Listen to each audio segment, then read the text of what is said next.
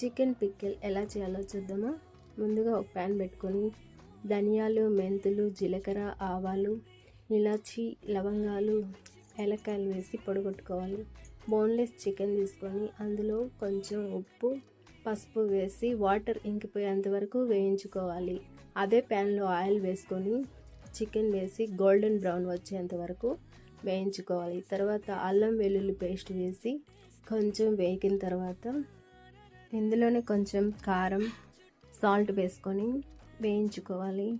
మనం ముందుగా మిక్సీ పట్టుకున్న పొడిని ఇందులో వేసుకొని 2 minutes బాగా వేయించుకోవాలి. తర్వాత స్టవ్ ఆఫ్ చేసుకొని పూర్తిగా చల్లారిన తర్వాత అందులో ఒక పెద్ద నిమ్మకాయ రసాన్ని పిండుకుంటే ఇంట్లోనే ఎంతో ఈజీగా చేసుకునే చికెన్ పికిల్ రెడీ.